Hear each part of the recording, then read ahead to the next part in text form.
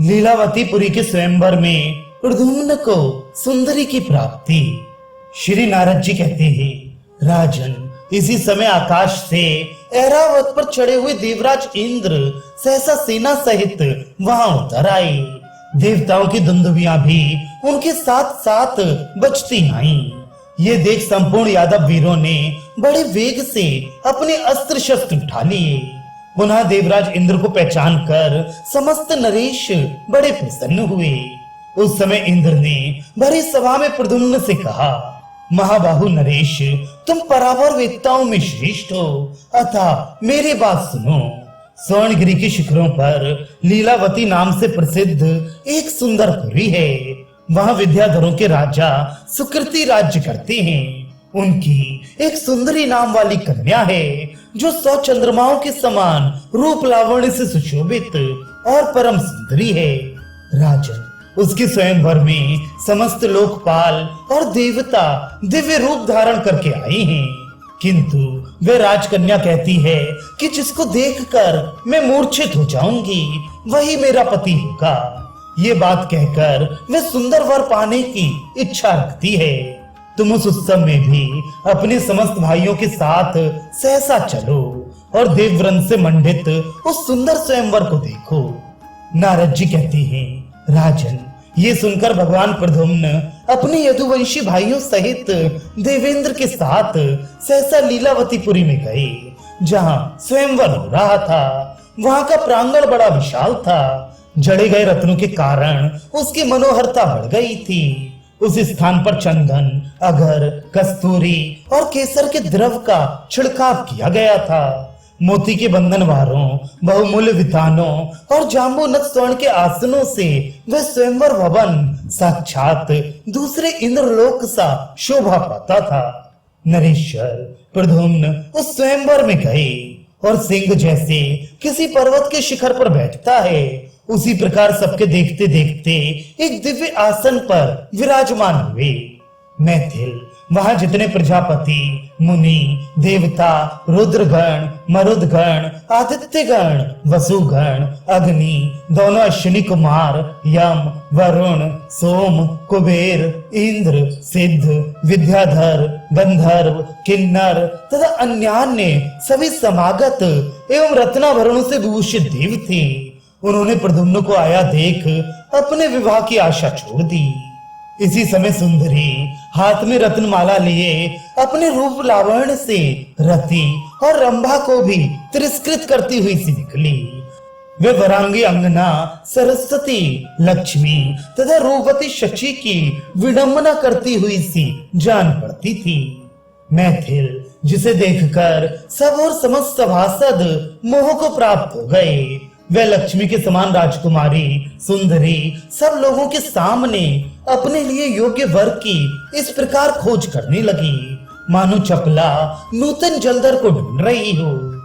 दिव्यांबरधारी तथा प्रफुल्ल कमल दल के समान विशाल लोचन वाले नरलोक सुंदर वीर प्रद्युम्न के पास पहुंचकर वह सुंदरी विद्याधरी मूर्छित हो गई। फिर थोड़ी ही देर में उसे चेत हुआ। वह उठी और आनंद विभोर होकर प्रद्युम्न के गले में सुंदर माला डालकर खड़ी रह गई। मिथिलेश्वर विद्याधरों के राजा सुकृति ने अपनी पुत्री सुंदरी को प्रद्युम्न के हाथ में दे दिया। सब और मांगलिक वाद्य बज उठे, किंतु इस वैवाहिक मंगल को देखकर देवता लोग सहन न कर सके। उन लोगों ने उस स्वयंवर को चारों ओर से उसी प्रकार घेर लिया जैसे प्रचंड मेघों ने सूर्यदेव को आच्छादित कर लिया हो। उन देवताओं को क्रोध के वशीभूत हो धनुष उठाए और युद्ध के मत से उद्धत हुए देख साक्षात प्रद्युम्न हरि ने भगवान श्री कृष्ण के दिए हुए बाण सहित श्रेष्ठ धनुष को हाथ में लेकर यादवों के साथ सिंहनाद किया। मिथिलेश्वर उनके धनुष से छूटे हुए चमकीले बाणों द्वारा देवताओं के अस्त्र शस्त्र छिन्न भिन्न हो गए। उनके कवचों की धज्जियां उड़ गईं। जैसे सूर्य की किरणों से कुहासे के बादल फट जाते हैं, उसी प्रकार वे देवता दसों दिशाओं में भाग खड़े हुए। इस प्रकार साक्षात भगवान प्रद्युम्न स्वयंवर जीतकर और इलाव्रत खंड पर विजय पाकर भारतवर्ष को जाने के लिए उद्यत हुए। भाइयों, यादवों, सैनिकों तथा समस्त मंत्री जनों के साथ विजय दुंदुभी बजवाते हुए वे भारत खंड में आए। अनेक देशों को देखते हुए जम्बू द्वीप, विजय बलवान वीर श्री कृष्ण कुमार क्रमशः अनर्थ प्रदेश में और द्वारका के देशों में आए। प्रद्युम्न के द्वारा भेजे गए बुद्धिमानों में श्रेष्ठ साक्षात उद्धव ने राजसभा में पहुंचकर राजा उग्रसेन को तथा भगवान श्री कृष्ण को प्रणाम किया। प्रत्येक वर्ष में क्या क्या हुआ और जम्बू द्वीप पर किस तरह विजय मिली, वह सारा वृतांत उद्धव जी ने यथोचित रूप से कह सुनाया। तब राजा उग्रसेन श्री कृष्ण बलदेव एवं संपूर्ण वृद्ध जनों के साथ प्रद्युम्न को लाने के लिए निकले। गीत वाद्यों की ध्वनि तथा वेद मंत्रों के गंभीर घोष के साथ मोतियों, खीलों और फूलों की वर्षा पूर्वक मंगल पाठ करते हुए लोग उनकी अगवानी के लिए आए। नरीश्वर एक गजराज को आगे करके सोने के कलश, गंधर्व, अप्सराएं, शंख, दुंदुभी, वेणु, गंध, अक्षत, सोने के पात्र, फूल, धूप तथा जौ के अंकुर साथ लिए राजा उग्रसेन प्रद्युम्न के सम्मुख आए।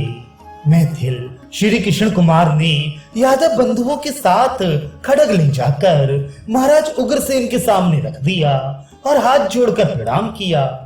मीनकेतन प्रद्युम्न ने श्री कृष्ण बलराम को मस्तक झुकाकर समस्त वृद्ध जनों को प्रणाम करने के अनंतर शीघ्र जाकर श्री गर्गाचार्य के चरणों में नमस्कार किया। राजा उग्रसेन भूरी भूरी प्रशंसा करके वैदिक मंत्रों तथा ब्राह्मणों के सहयोग से विधिवत पूजन करके प्रद्युम्न को हाथी पर बिठाकर द्वारकापुरी में गए। द्वारका में सर्वत्र घर घर में मंगल उत्सव हुआ। नरेश्वर, इस प्रकार मैंने तुम्हारी पूछी हुई सब बातें कही। अब और क्या सुनना चाहते हो?